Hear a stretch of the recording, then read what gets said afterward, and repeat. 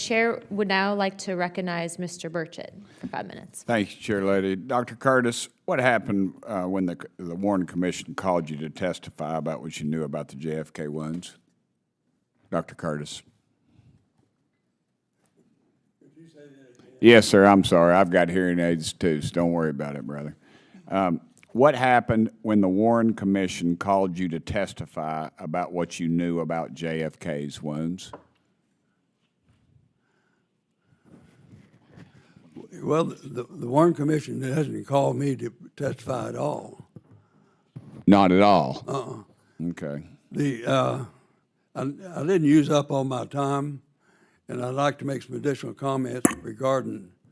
Sir, you have the time that you need, so please proceed. Okay.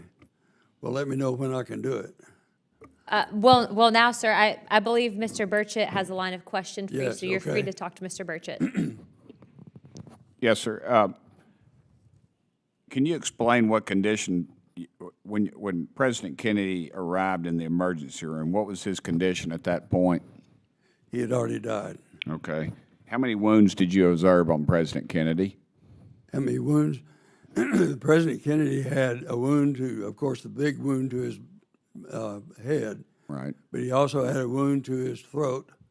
And I've got a little diagram here. I can point that out, how that worked, if you'd like me to. And that wouldn't have been a single bullet wound, though, right? They talk about this magical bullet that traveled. That would have been more than one bullet, you think? Magic bullet, it was not, it didn't strike the president at all. Okay. Yeah, that was a clean bullet. I saw the picture.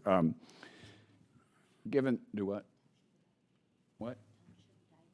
Oh, yeah, please show the diagram. Okay. The bullets that were fired, the blue bullet was the bullet that arrived first.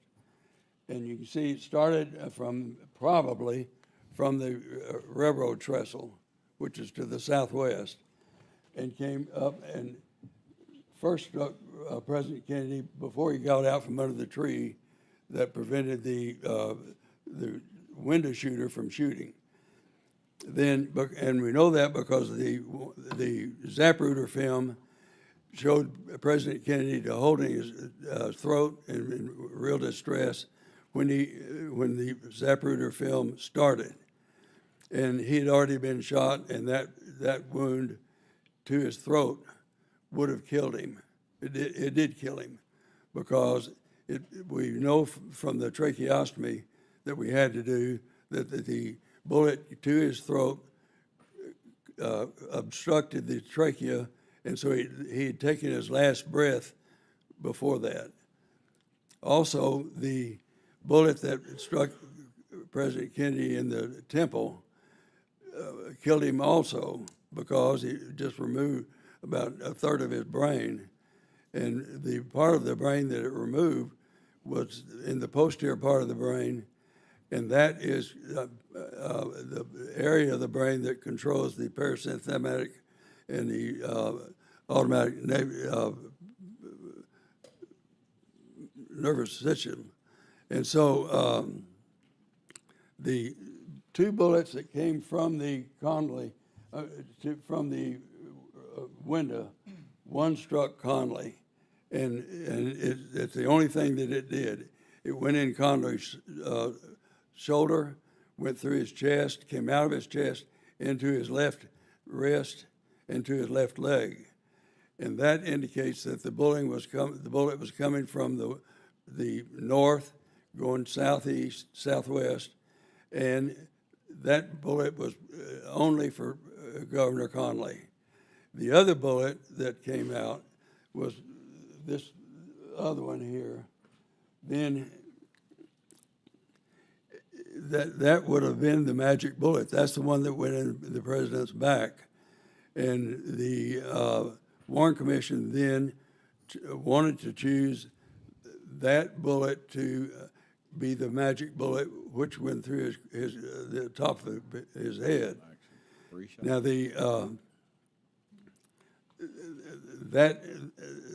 that's essentially what I wanted to say.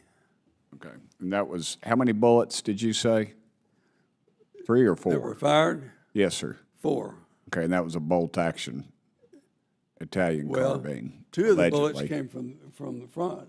Yes, sir. And that Yes, sir. was I not- know, but they were trying to tell us The that Lee only- Harvey Oswald only, was the only same. bullets that came from the window were two bullets, and three bullets came from the window. One hit the curb, the other hit Conley, and the other one went in the president's back.